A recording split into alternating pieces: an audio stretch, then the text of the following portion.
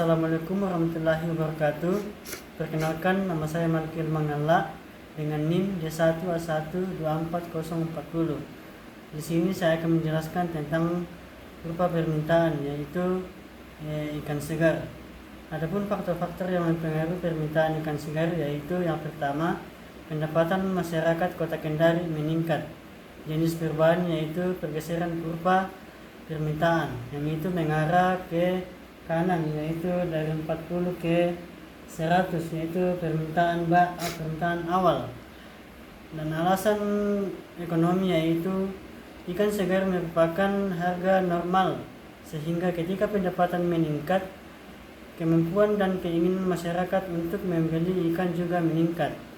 Dan yang kedua yaitu meningkatkan kesadaran masyarakat terhadap gizi dan kesehatan. Dan jenis perubahan yaitu pergeseran kurva permintaan, yaitu mengarah ke kanan ke bawah, yaitu 40 ke 120, yaitu permintaan baru.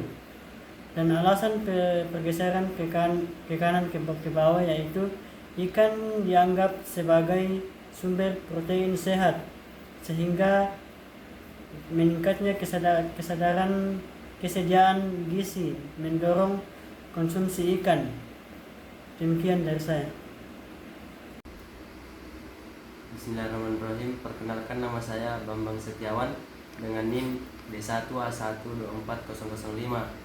Saya akan menjelaskan faktor yang mempengaruhi penawaran ikan segar, dan berikut adalah grafiknya.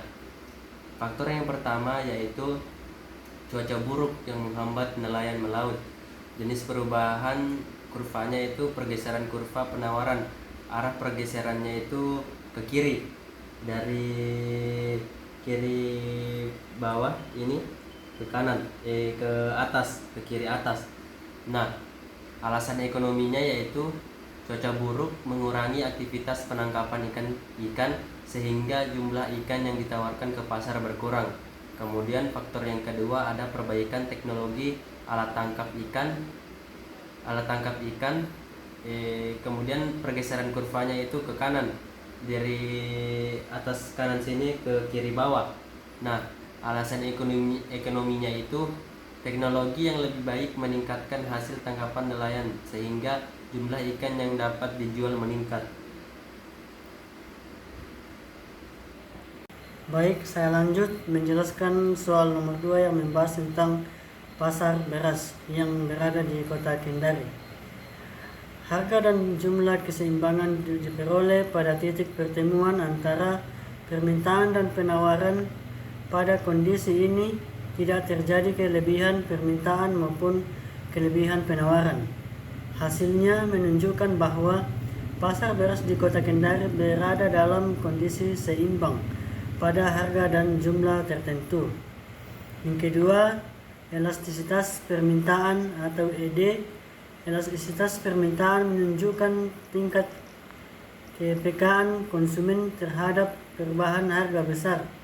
Nilai elastisitas yang diperoleh menunjukkan bahwa permintaan beras bersifat elastisitas, artinya perubahan harga tidak banyak mempengaruhi jumlah beras yang diminta, karena beras merupakan kebutuhan pokok.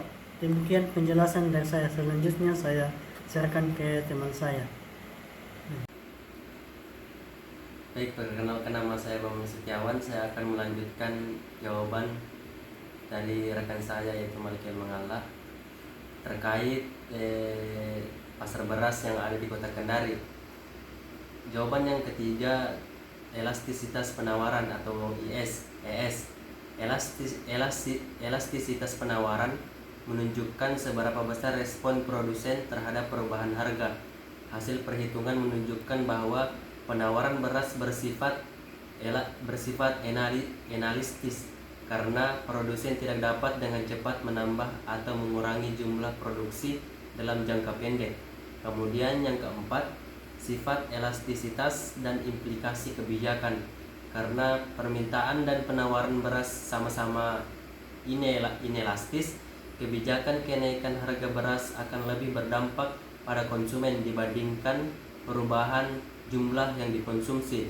Oleh karena itu, pemerintah perlu berhati-hati dalam menetapkan kebijakan harga agar tidak memberatkan masyarakat. Sekian jawaban dari kami. Assalamualaikum warahmatullahi wabarakatuh.